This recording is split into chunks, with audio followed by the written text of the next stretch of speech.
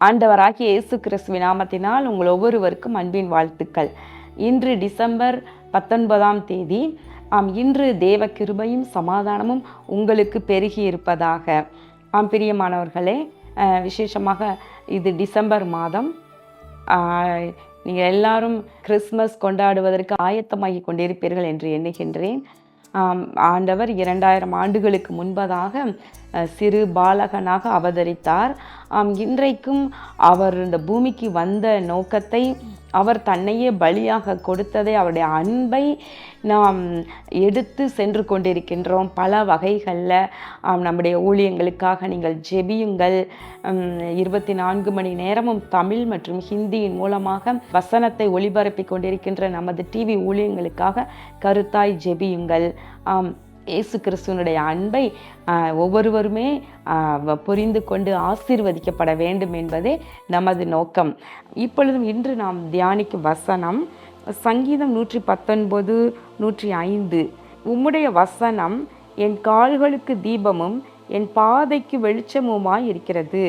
இன்றைக்கு நாம் வாழ்கின்ற இந்த உலகமானது ஒருவேளை இருள் நிறைந்தது போல சில நேரம் காணப்படலாம். நம்முடைய பாதைகள் எல்லாம் சில நேரம் இருள் மூடிக்கொண்டது போல இருக்கலாம். ஆனால் நம்ம கையில் ஆண்டவர் ஒரு அழகான வெளிச்சத்தை, ஒரு டார்ச் லைட் நம் கையில் கொடுத்திருப்பது போல வேதாகமத்தை நமக்கு கொடுத்திருக்கின்றார். பிரியமானவர்களே, இரவிலே அழகாய் ஒரு சைக்கிளில் போனாலும், ஒரு பைக்கில் போனாலும், காரில் போனாலும் என்ன தேவையாக இருக்கிறது? நமக்கு முன்பதாக வெளிச்சம் தேவையாக இருக்கின்றது. அழகாக அதனால தான் லைட்டு மாட்டியிருப்பாங்க. நடந்து போனால் கூட கையில் டார்ச் லைட் தேவைப்படுகிறது. அப்போது அழகாக அந்த வெளிச்சத்தின் உதவியினால் அருமையாக பாதையை கண்டுபிடித்து செல்ல வேண்டிய இடத்திற்கு நாம் சென்று சேருகின்றோம் அல்லவா? அதுபோல தான் நாம் பரலோகத்திற்கு செல்லுவதற்கான நல்ல வழிகாட்டியாக பாதையை காட்டுவதற்கு கர்த்தருடைய வசனம் நம்முடைய கைகளில் இருக்கின்றது. அது நமக்கு பாதைக்கு வெளிச்சமாய் இருக்கின்றது. பிரியமானவர்களே, ஞானம் இல்லாத பேதைகளாக இருந்தாலும் வசனத்தின்படி நடப்போமானால் திசை கட்டு போவதில்லை என்று கர்த்தருடைய வார்த்தை சொல்லுகின்றது. எனக்கு ஞானமே இல்லை, எனக்கு அறிவே இல்லை, எப்படி இந்த காரியத்தை செய்கிறது, எப்படி நான் நடந்து கொள்ளுவது என்று சொல்லி ஒருவேளை அநேகர் வேதனைப்படலாம். ஆனால் நீங்கள் வசனத்தை வாசித்து வசனம் தருகின்ற வெளிச்சத்திலே நீங்கள் நடப்பீர்களானால் நீங்கள் ஞானமுள்ளவர்களாய் மாறிவிடுகின்றீர்கள். நம்ம பார்க்குறோம். இதே சங்கீதம் 119 97லேருந்து 100வது வசனம் வரைக்கும் வாசித்து பாருங்க. அதில் என்ன சொல்லப்படுகின்றதுன்னா, சத்துருக்களிலும் ஞானமுள்ளவர்களாக எங்களை மாற்றுகின்றீர். அதாவது கர்த்தருடைய வசனத்தை, கற்பனைகள், அவருடைய நியமங்கள், அவருடைய கட்டளைகள், அவைகளை கை கொள்ளும் பொழுது நம்ம எப்படி ஆண்டவர் நம்மை மாற்றுகிறாராம்? சத்துருக்களிலும் அதிக ஞானம் உள்ளவர்களாக, முதியோர்களிலும் அதிக ஞானம் உள்ளவர்களாக, நமக்கு கற்றுக் கொடுத்தவர்களிலும் அதிக ஞானம் உள்ளவர்களாக ஆண்டவர் நம்மை மாற்றுகின்றார். அப்போ இந்த கர்த்தருடைய வசனம் நமக்கு பாதைக்கு வெளிச்சமாக இருக்கின்றது. இங்கு சங்கீதக்காரன் சொல்லுகின்றார், பாருங்களேன், உம்முடைய கட்டளைகளால் உணர்வடைந்தேன், ஆதலால் எல்லா பொய் வழிகளையும் வெறுக்கிறேன் என்று சொல்லுகின்றார். அதே போல பாருங்களேன், என் பிராணன் எப்பொழுதும் என் கையில் இருக்கிறது, ஆனாலும் உம்முடைய வேதத்தை மறவேன். சங்கீதக்காரனுக்கு அவருடைய ஜீவனை கையில பிடித்து கொண்டு வாழ்வது போலதான் அவர் பயந்து பயந்து வாழ்ந்து கொண்டிருக்கின்றார். ஆனாலும் அவர் சொல்லுகின்றார், உமது வேதத்தை மறவேன் என்று சொல்லுகின்றார். துன்மார்க்கர்கள் எனக்கு கண்ணி வைக்கிறார்கள், ஆனாலும் நான் உம்முடைய கட்டளைகளை விட்டு வழி தவறேன் என்று சொல்லுகின்றார். 12வது வசனத்துல, முடிவு பரியந்தம் இடைவிடாமல் உம்முடைய பிரமாணங்களின் படி செய்ய என் இருதயத்தை சாய்த்தேன். பாருங்களேன், இப்ப கர்த்தருடைய வசனத்தின்படி, அவருடைய கற்பனைகள், பிரமாணங்கள், கட்டளைகள் என்று ஏராளம் அவர் நமக்கு சொல்லி இருக்கின்றார்.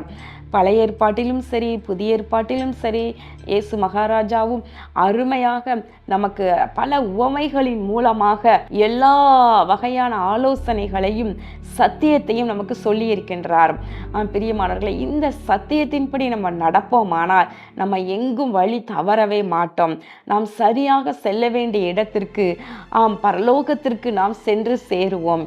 பிரியமானவர்களே, உபாகமத்தில் அழகாக சொல்லப்படுகின்றது, நியாய பிரமாணத்தை கொடுத்த பொழுது ஆண்டவர் சொல்லுகின்றார், ஒருவேளை இஸ்ரவேல் ஜனங்கள் கூட பிற்காலத்திலே தங்களுக்கும் ராஜா வேண்டும் என்று எண்ணுவார்களானால், ஒரு ராஜாவாக இருப்பவன் எப்படியெல்லாம் இருக்க வேண்டும் என்று சொல்லி அழகாக அவர்களுக்கு ஒழுங்குகளை கற்றுக் கொடுக்கின்றார். உபாகமம் 17வது அதிகாரம் 14வது வசனத்திலிருந்து 20வது வசனம் வரைக்கும் அதை வாசித்து பார்ப்பீர்களானால் உங்களுக்கு புரியும். ஒரு ராஜா எப்படி இருக்க வேண்டும், எப்படி நடந்து கொள்ள வேண்டும் என்று அழகாக ஒழுங்குகளை ஏற்படுத்தி கொடுக்கின்றார்.